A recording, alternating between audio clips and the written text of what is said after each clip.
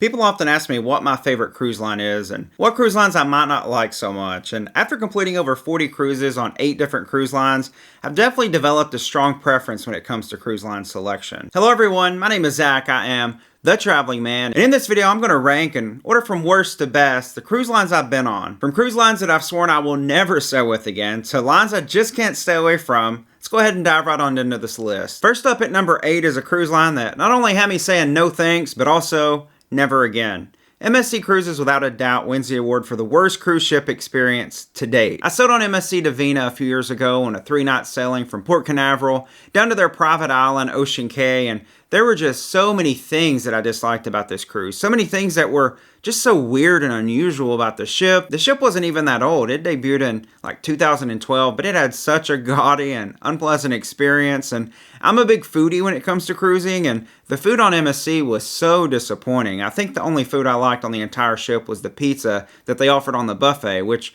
was actually surprisingly good for such a terrible overall experience. The food was actually so bad that I had a pasta dish in the main dining room that was cold and had a very strong resemblance to the Kraft macaroni and cheese like you'd buy at the grocery store. And don't get me started on the entertainment. That was very dull and it bordered on boring, and the service overall was just not great. And in fact, customer service at MSC Cruises is virtually non-existent. I actually had an issue where they owed me a refund on some of the cruise fare, and prior to the cruise they promised this would be given on board the ship in the form of onboard credit. But imagine my surprise when I get to guest services on the ship and they had no record of this the entire cruise. And it actually took me weeks of calling MSC after the cruise and eventually just a dispute with my credit card company in order to get the refund on the money that I was entitled. But MSC Cruises, I know, can be enticing for many people. They're building beautiful new mega ships these days. Their newest just debuted a week or so ago, the World America, that honestly even had me second guessing my never again stance with them. And they offer some of the best value with their pricing, even offering bundled deals on cruise fare that includes things like drink packages and Wi-Fi packages. And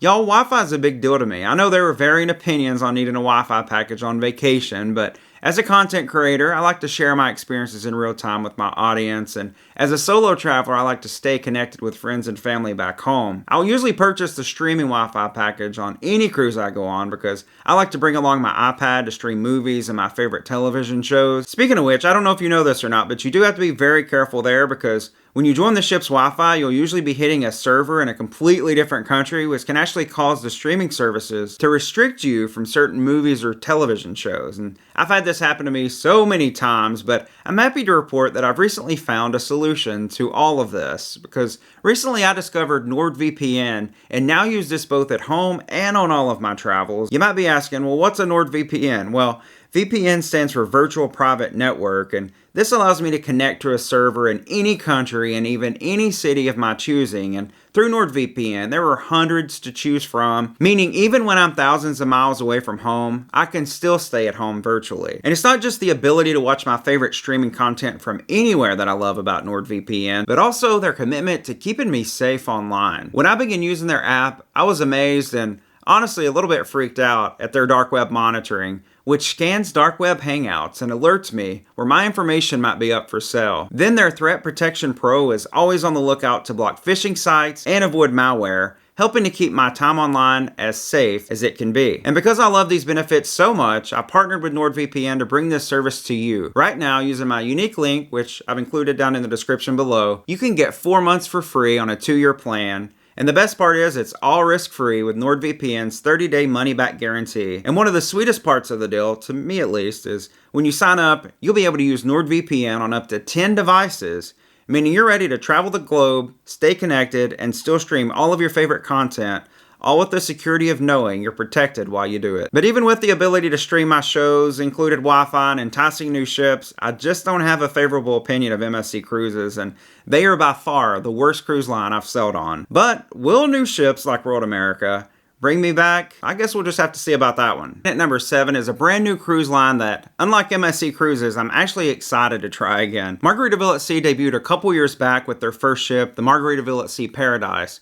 I sailed on this ship for a 2-night cruise back in March 2024 and thought it was okay, but knew the ship needed some attention. This ship originally debuted in the early 90s under a completely different brand, and the ship had lived many lives across various lines before being purchased by Margaritaville at Sea. However, I know that they recently did some much needed upgrades on it, so it's possible it's much improved now, and while the ship might have been a little rough, the food was still quite good, and the entertainment offered was actually on par with what you would expect from some of the major mainstream cruise lines. My second voyage with Margaritaville at Sea, though, sold me on the brand. Their newest ship, Islander, is nothing short of amazing. This ship was originally operated by Costa Cruises, and Margaritaville at Sea completely refurbished and redesigned the ship before putting it into service out of Tampa. The food on this ship was up there with some of the top cruise lines we'll see later on this list, and I was actually shocked by the quality of that food. And there are so many options for food on this ship, from Cheeseburger in Paradise, which actually rivals Carnival's Guy's Burger Joint, and a taco stand on the main pool deck, to the specialty JWB Steakhouse. The food was all delicious. The entertainment was also great on Islander, from main stage production shows in the theater to live music all around the ship, and even a private speakeasy that was fashioned after Jimmy Buffett's own speakeasy in his home. Everything was top notch, and the service was also next level. I really had no complaints about my cruise experience on Islander. So you might be asking, why so low on the list? Well, I think it comes down to the newness of the brand and my general lack of experience with them. But I'm very excited to watch this brand grow, and I know they're going to be moving up this list in the future. Next up at number 6 is a brand that we all know and have likely tried at some point or another, as it's one of the most recognizable names in all of cruising. Of course, I'm talking about Carnival, which was the first line I sailed on and the only line I sailed on for many, many years. Now, Carnival is known for being the fun ships, and they certainly do bring the fun. I can't say anyone else has a more fun vibe than they do on their ships. Some of the staples of the Carnival cruise experience, of course, include the delicious Guy's Burger Joint, their Punchliner Comedy Club, where comedy is presented nightly on the cruise, the warm chocolate melting cake in the main dining room, and their dive-in movies, which are presented nightly around the main pool. I've also appreciated Carnival ships throughout my time sailing with them, discovering things to love about each unique class of ship. Now, my favorite Carnival ships are probably in the Vista class, which introduced a colorful new design for Carnival. They're now selling their own mega ships even, with Mardi Gras, Celebration, and Jubilee leading the way for upcoming ships like Festival and Tropical, and Carnival's recently announced that in 2029, their next class of ships, the Ace class, will carry over 8,000 guests per cruise. That's going to be the largest ships at sea. But why is Carnival on the low end of this list? Well, I genuinely enjoy a Carnival cruise, but I think my tastes and what I'm looking for in a cruise have just changed with time and through my exploration of other brands. As I mentioned earlier, I'm a foodie when it comes to cruising, and while they do have highlights, like I mentioned, Guy's Burger Joint, and they also have the delicious Shack's Chicken Shack, I've just found that their offerings on the buffet, and especially those in the main dining room, it can be less than ideal. While they offer exciting private destinations in the Bahamas like Half Moon Cay and opening this summer, Celebration Cay, their selections are largely limited to the Caribbean and Mexico. Unlike the majority of the mainstream North American cruise lines, Carnival actually only sends one of their ships to Europe every summer, and I did sail with them to Norway in 2023, my most recent cruise with the line, and I thoroughly enjoyed the experience. I love the Carnival Pride, part of the Spirit class, and technically a sister ship to the Margaritaville at Sea's Islander. But because Carnival doesn't have the market for Europe and the Mediterranean, they just limit their cruises there, which sort of keeps me away from sailing with the brand as much. And I mentioned the fun on their ships already, but sometimes it can be a little bit too much fun for my taste. I'm more of a laid-back cruiser, not one to party, but one to instead go to dinner and a nice show in the evening, which Carnival's also not the best at their main stage entertainment. I'm sure I'll sail with them plenty in the future, but they're certainly not my first, or my second, or my third, or my fourth, or even my fifth choice when it comes to cruising. But let's not forget that they were my, and probably a lot of yours, first introduction to cruising, and for that, we are grateful. Now hold up, y'all, because we have Royalty coming in on the list at number 5. Princess Cruises, and probably not the Royalty you were thinking about, huh? Now, admittedly, this is a brand I have very limited experience with, but definitely want to try out more in the future, especially with some of the new ships that they're introducing to the world. The Sun Princess, the Star Princess, those look fantastic. Well, I sailed on Diamond Princess, one of their older ships, back in Japan in October of 2023 and loved the entire experience. Now, admittedly, I might have just been wooed a little bit by Japan, but Princess certainly did not disappoint. Despite being an older ship, the Diamond Princess was in great shape when I sold her, and the bedding in my room remains some of the most plush and comfortable bedding that I've ever slept on any of my 40 cruises. And the food was even quite good. And since we were selling in Japan, they did offer a selection of Japanese dishes in the main dining room, along with the traditional cruise classics like what you would expect on any cruise. I also love their sushi restaurant on board, and the entertainment was equally on point, with stage production shows that just left me speechless. I mean, the music, the dancing, they were fantastic. And they also had a guest lecture series throughout the cruise that taught me so much about where we were selling in Japan, the Japanese culture. The crew were also tremendous. They anticipated and met my every need, so I had no complaints with any of that. But I think my favorite part of my whole Princess experience was the amazing value offered by the Princess Premier Package, which I added to my selling before the cruise. Now, Princess offers a couple of different packages that bundle the extra add-ons you might want for your cruise. And for just $90 a day, I received premium Wi-Fi for 4 devices, a premium drink package, unlimited specialty dining, a photo package, and access to Princess Prizes. Now, Princess Prizes is kind of like a lottery system where anytime you open your stateroom door, you might be able to win a prize.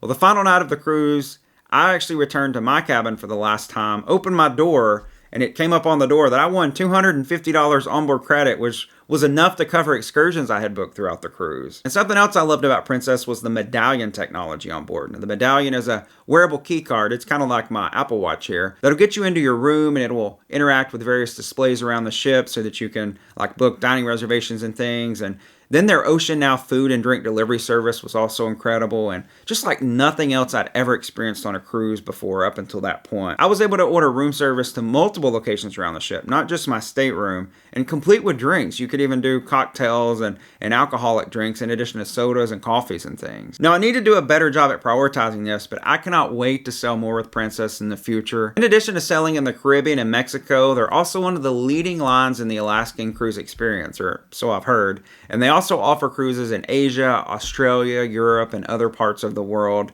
And I'm just so intrigued by the Sun class of ships. I mentioned those Sun and Star just a minute ago. But these ships look amazing, and Star Princess is actually going to be premiering later this year, so I hope to get on that at some point or another. But coming in at number 4 is another new cruise line that I had a great first experience with. I'm talking about Virgin Voyages. Now, I've only been on one Virgin Voyages so far, but the experience exceeded any expectations I had for the brand, and then some. Virgin's whole shtick is doing things differently. Being new to the market, they've seen what other brands have to offer and seem to have set their focus on mixing that up and making the cruise experience fresh, new, and exciting. And I love that. When cruising frequently, it kind of becomes a challenge to find new and unique experiences that you haven't already done on a cruise ship. But Virgin has done just that. And they've made the greatest strides in this through their food. Now, unlike all the other cruise lines we're going to see on this list, Virgin doesn't have main dining rooms on their ships, but instead they have 5 or 6 unique restaurants on board. These include an Italian eatery, a Korean barbecue joint, a Mexican restaurant, and a steakhouse,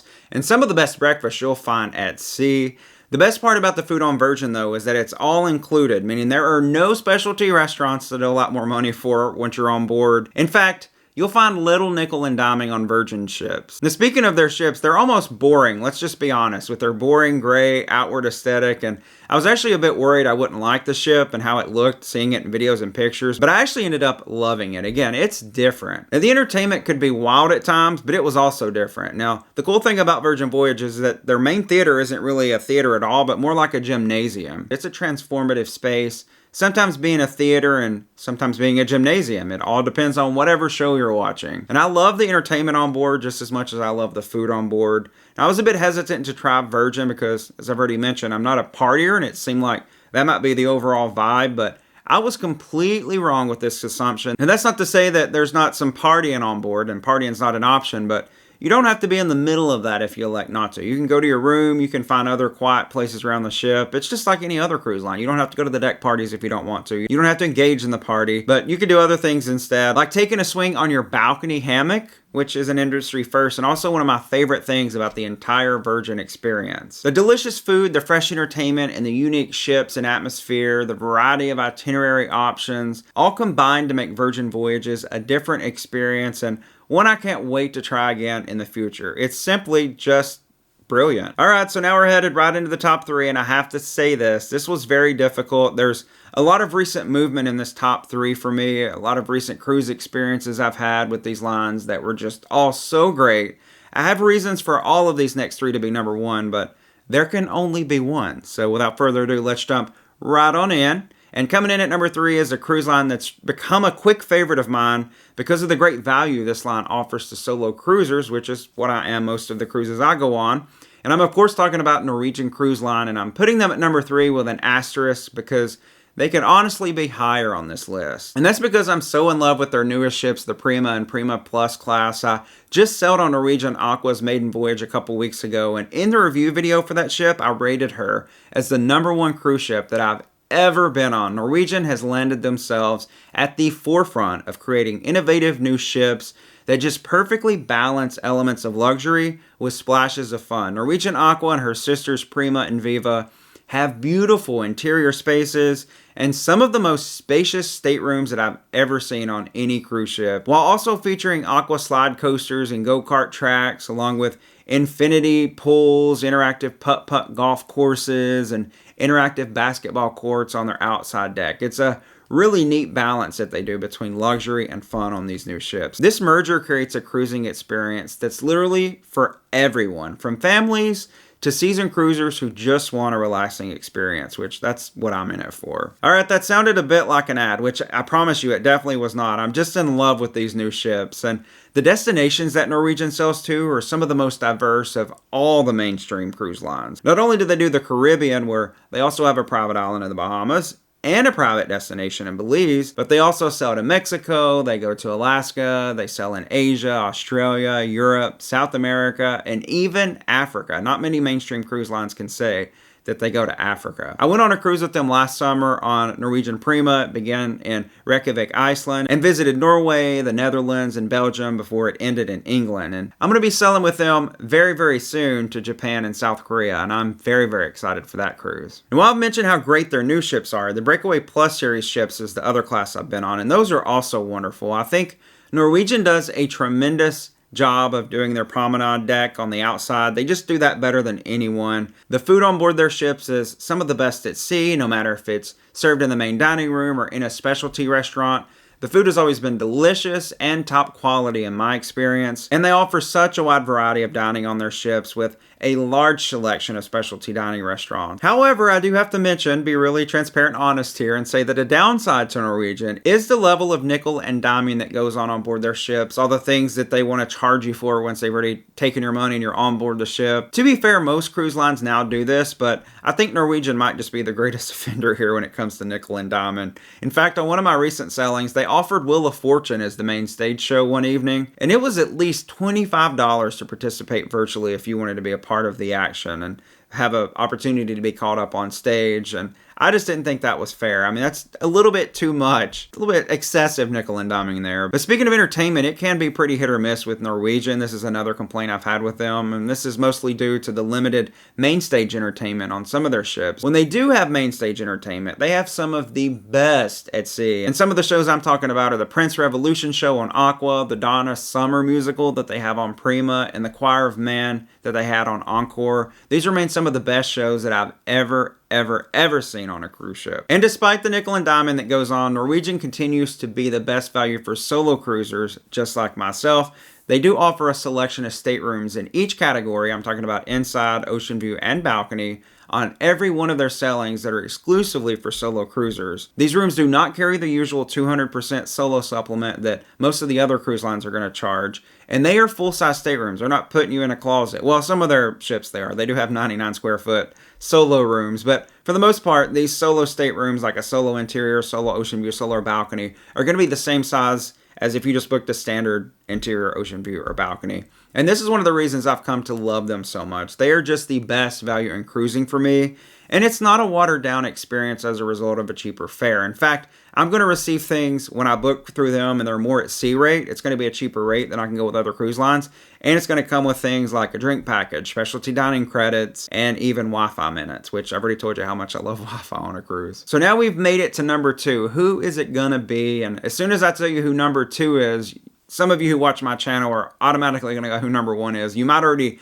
know who I'm going to call out as number 1. You might already have a good suspicion now. But if you're not a regular viewer, if you've not watched my videos before, I invite you to go down below right now and subscribe for more cruise content, because I love cruising, I love making content, and I have some exciting adventures to go on, and I want to share them with you. So make sure you subscribe and come back. All right, number 2 is going to the cruise line that I would argue offers the most average cruise experience. And I don't mean average here as in not stellar, but just that when you think of cruising done right, like a typical cruise experience as most would prefer it, you should probably think about this line. I'm talking about Royal Caribbean. Now, no one can argue that this line isn't at the top of their game. Not only do they sell the best mega ships in the world, ships that other cruise lines have seemingly carbon copied in their design, I'm looking at UMSC, but they offer some of the most diverse cruising experiences as a result. I recently sailed on Utopia of the Seas, my very first mega ship, and was absolutely amazed at the variety of experiences on board. From relaxing in the quiet ambiance with real plant life, I might add, in Central Park,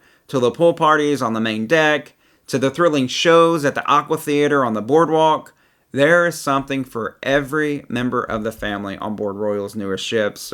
Utopia, the Oasis class, now the Icon class with Icon of the Seas, and coming up this summer, Star of the Seas. And the food, I don't care if it's been on one of their newest ships or one of their oldest, and I've done both. I've done Utopia, which is the newest, and I've also sailed on Enchantment of the Seas, which is one of their oldest.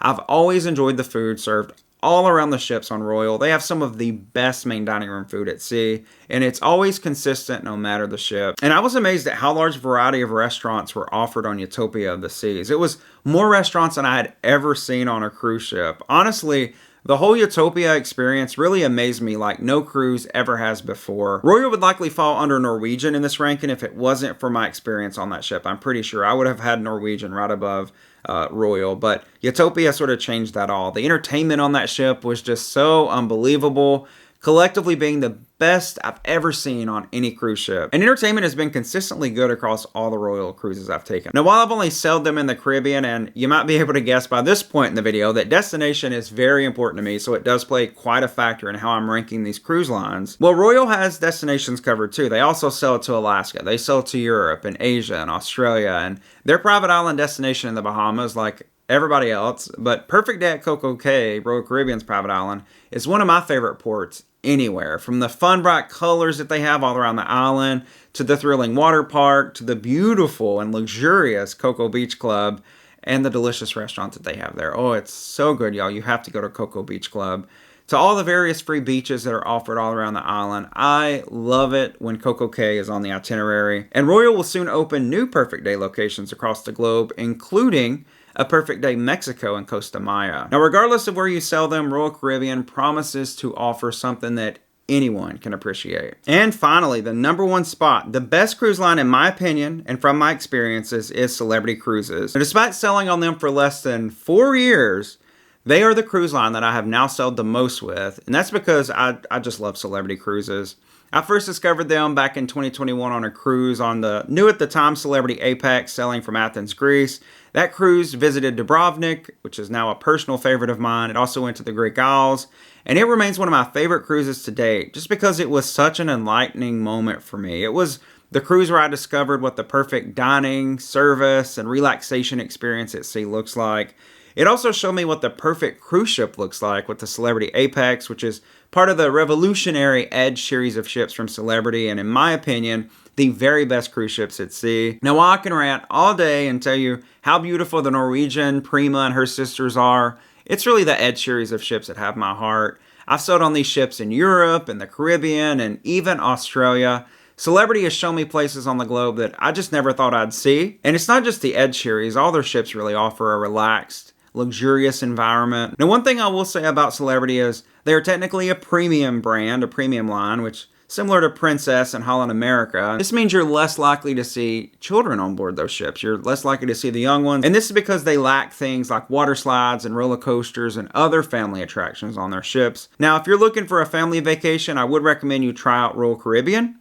But if you're more like me and enjoy a relaxed, laid-back vacation with great service and delicious food, the best food at sea, then I definitely think you should give Celebrity Cruises a try, especially if you've not been with them before. But I'm also going to be very honest here and say it's not all sunshine and roses for Celebrity these days. This #1 spot is certainly in jeopardy if things continue to progress as they have recently with the brand. Celebrity continues to increase prices while doing more nickel and diming for things that used to be included, and honestly, as a premium brand, should be included with the experience. In my opinion, they actually stand to lose their premium cruise line designation if they continue in this way. Equally disappointing is their recent and ongoing even treatment of solo cruisers. And I mentioned a bit ago that most cruise lines offer a 200% solo supplement for their solo cruisers, but just last year, Celebrity offered a 300% and even higher in some instances solo supplement.